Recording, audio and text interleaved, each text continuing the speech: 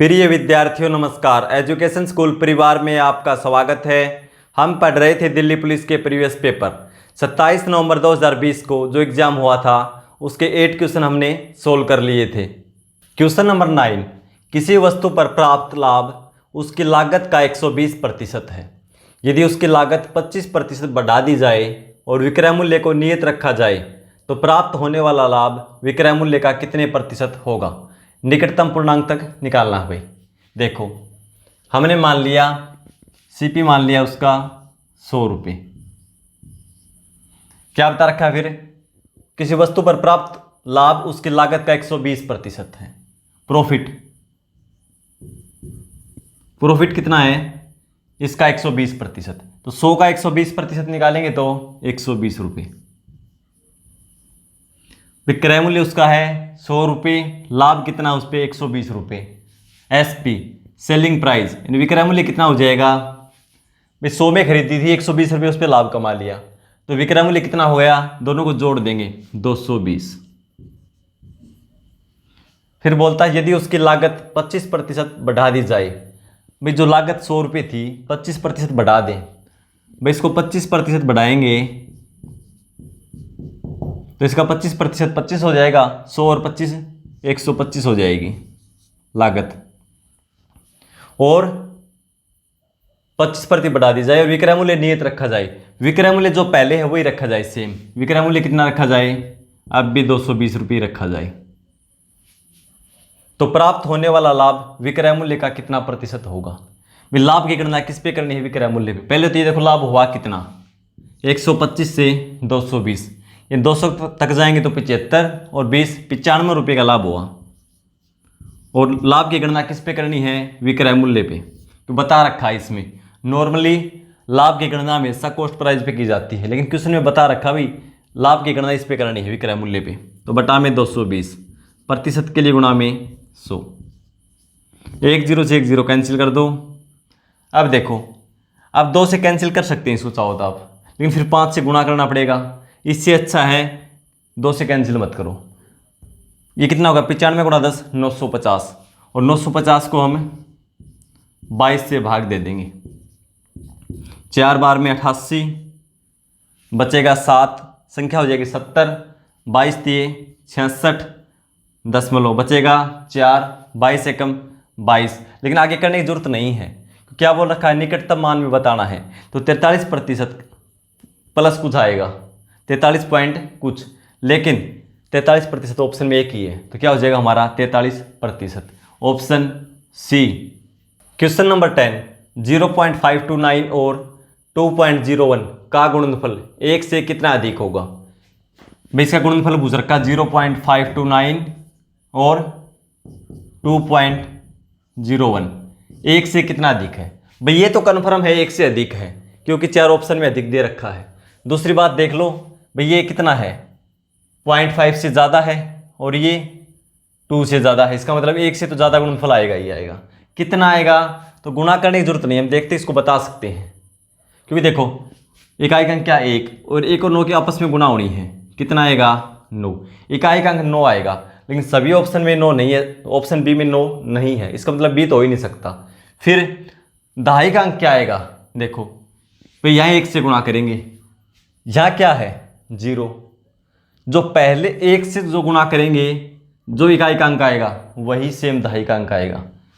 जो इससे 1 से गुणा करने पर जो दहाई का अंक मिलेगा वही दहाई का अंक होगा। क्यों होगा, क्योंकि दूसरा अंक 0 है और तीसरे अंक से गुणा करेंगे तो नीचे क्रॉस का साइन लग जाता है। देख लो एक बार, 1 से करेंगे 529 दशमलव बाद में लगा देना, यहाँ क्रॉस का साइन। 0 से करेंगे 0 सभी, फिर यहाँ क्रॉस का साइन, ठीक है। तो जोड़ेंगे तो देखो अब यहाँ 9 और ये 2, अंतिम 2 अंकों से बनी संख्या क्या होगी 29, और सिर्फ एक ही ऑप्शन में दे रखे 29। पूरे की गुणा करने की जरूरत नहीं है, करोगे ना तो आंसर वही आएगा, देख लेना आप। 2 से 18 1, 4 और 1 5, 2 से 5 10, 8 और 5 13, 5 और 1 6, 0 1। अब देखो 3 अंक यहाँ थे दशमलव के बाद और 2 यहाँ, 5 अंकों के बाद दशमलव लगेगी, 1 2 3 4 5। तो कितना अधिक है 1 से, 0.6329, ऑप्शन सी। लेकिन इतना करने की जरूरत नहीं हमें, यही पता चल गया था। ठीक है, तो ऑप्शन सी हमारा आंसर हो जाएगा। क्वेश्चन नंबर 11, एक गाय 25 मीटर लंबी भुजा वाले एक वर्गाकार घास के मैदान के एक कोने में खुट्टे से बंधी है। रस्सी की लंबाई 14 मीटर है। मैदान के उस भाग का क्षेत्रफल बताइए जिसमें गायें घास चर सकती है, और पाई का मान 22/7 लेना है। जो भी क्षेत्रफल है वो मीटर स्क्वायर में बताना है भाई। मैदान कैसा है? वर्गाकार, और इसके कॉर्नर में यहाँ खुट्टे से बंधी है, और रस्सी की लंबाई कितनी है? 14 मीटर। अब देखो घास कहाँ चर सकती है गाय? 14 मीटर। भाई इस भाग में तो चलेगी जहाँ तक रस्सी जाती है, जितना भी सर्कल है, सर्कल बनाए गए ऐसे ही, इस भाग में घास चर सकती है, क्योंकि यहाँ वर्गाकार खेत इतना ही तो है। ठीक है, तो ये क्या बन जाएगा? एक वर्तखंड बन जाएगा। ठीक है, अब वर्तखंड या त्रिज्याखंड का क्षेत्रफल कैसे निकालते हैं? देखो ये कोण कितने डिग्री का होगा? 90 डिग्री का, क्योंकि चारों कोण इसके वर्ग के 90 डिग्री के होते हैं भाई। ठीक है, ये कितने हैं? 90 डिग्री, ये भी 90, ये भी 90 डिग्री। तो इसका क्षेत्रफल निकालना है इतने भाग का में इसका। तो कैसे निकालेंगे? वर्तखंड का क्षेत्रफल पाई r स्क्वायर θ/360। पाई का मान 22/7 लेंगे, r स्क्वायर। त्रिज्या कितनी है? जो रस्सी की लंबाई वही इसकी त्रिज्या है, 14 गुणा में 14 गुणा में θ/360। थीटा का मान कितना है? 90 डिग्री। ये कोण 90 डिग्री का है, बटा में 360। इसको सोल्व कर दो। ठीक है, इतने भाग में घास चर सकती है। 7 से कैंसिल करेंगे 2, ये 0 से 0, 9 से 4, 2 से 2 और 2 से 7, 22 गुणा 7 154 वर्ग मीटर क्षेत्रफल में घास चर सकती है। Option A. क्वेश्चन नंबर 12, 5 मित्रों का औसत मासिक वेतन 62,000 रुपये है। 5 मित्रों में से एक सुरेंद्र की पदोन्नति हो गई और उसके वेतन में वृद्धि हो गई। यदि उनके वेतनों का नया औसत 64,250 रुपये है तो सुरेंद्र के मासिक वेतन में कितनी वृद्धि हुई? भाई पदोन्नति तो एक के ही उसमें हुई है ना भाई, एक का ही वेतन बढ़ा है। तो पहले 5 का औसत कितना था? 62,000 रुपये, और अब नया औसत कितना है? 64,250 रुपये। तो क्या करेंगे? नया औसत जो न्यू एवरेज है उस कितना है? 64,250। इसमें से पुराना औसत यानी ओल्ड एवरेज, ठीक है, कितना है? 62,000 रुपये। घटा देंगे, ये देख लेंगे औसत कितना बढ़ा है। 0 5 2 2 2,250 रुपये औसत बढ़ा है। ठीक है, और कितने व्यक्ति हैं? 5। तो कुल कितनी इनकम बढ़ी? तो देख लो, 5 इसको गुणा कर दो। 0 5 गुणा 5 25, 2 10 और 2 12, 1 10 और 1 11, यानी कुल 11,250 रुपये बढ़ेंगे ना, तब इनका औसत 2,250 रुपये बढ़ेगा। ये औसत बढ़ा है, इसका मतलब उसके वेतन में कितनी वृद्धि हुई है? वेतन तो एक का ही बढ़ा ना सुरेंद्र का, तो कितना बढ़ा उसका? 11,250 रुपये।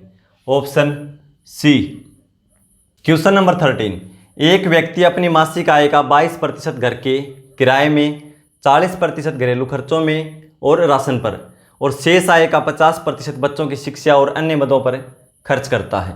यदि उसकी मासिक बचत 3,800 रुपये है तो शिक्षा और अन्य मदों पर किया जाने वाला खर्च कितना है? बिल्कुल सिंपल क्वेश्चन है भाई, कुछ करने की जरूरत है ही नहीं इसमें, आंसर इसी में है। देखो, किसी व्यक्ति की मासिक आय का 22% घर के किराए पर किराया कितना देता है अपने मासिक आय का? वो 22%। 40% घरेलू खर्चों और राशन पर। भाई घरेलू कार्य जो भी लिख लो, कुछ भी, घरेलू खर्च और राशन पर जो भी कितना करता है वो 40%,